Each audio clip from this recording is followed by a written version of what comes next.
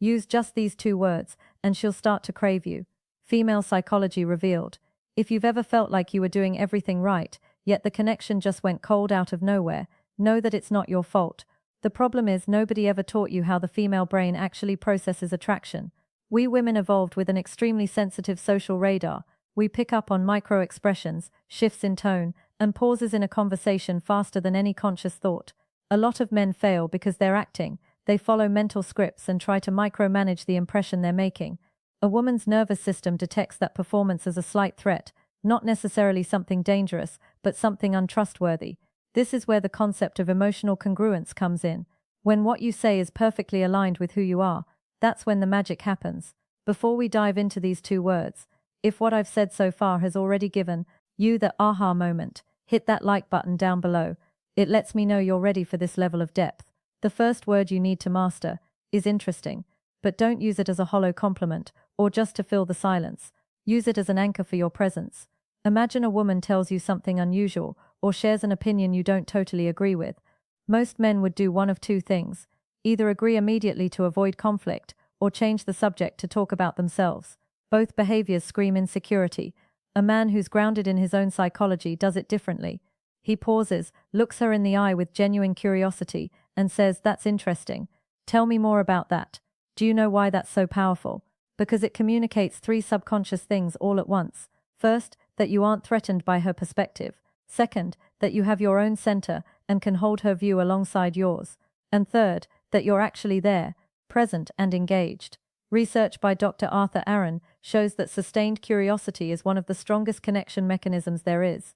When a woman feels genuinely interesting to a man, not because he's trying to please her, but because he's actually listening, her brain releases dopamine and oxytocin. She starts to associate you with that feeling of being seen. While most people try to be impressive, the magnetic man chooses to be interested. It's exactly this level of depth and these subconscious triggers that I go into in my full guide, Attraction Secrets. In there we go way beyond the obvious to transform your presence into something impossible to ignore. Now for the second word, and I bet you didn't see this one coming. The word is no, but it is not an aggressive or cold no. It's a calm, clear no, without hesitation. Think about it. When was the last time a man said no to an attractive woman, without wavering, without trying to over-explain himself, or without softening the word, until it lost its meaning? Most men, when they're attracted to someone, become yes men. They agree with everything, change their plans, their opinions, and even their values, just to keep her approval. And here's the secret. That doesn't create attraction. It does the opposite. The female attraction system is hardwired to detect men who have a stable sense of identity.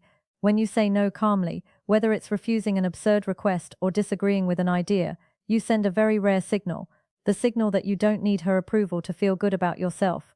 Psychologists call this non-reactive confidence. It's the cornerstone of masculine presence. I remember the story of a client of mine, Marcus. He's 52.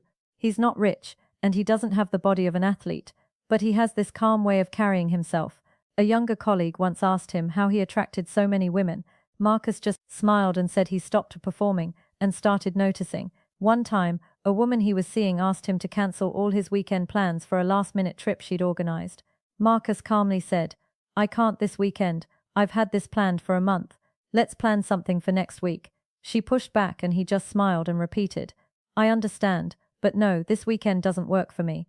Instead of getting mad, she looked at him with a level of deep respect, because a man who can say no, especially when it would be easier to say yes, is a man you can trust. These 2 words, interesting and no, aren't manipulation tactics. They're reflections of an internal state of security. Interesting says you're secure enough to be curious. No says you're secure enough to have boundaries. Together they form the psychological profile of what women describe as the most attractive experience in a man: authenticity. You don't have to wait until you're 50 to develop this. You can start today. Practice genuine curiosity in your next conversation, and practice your boundaries in simple everyday situations.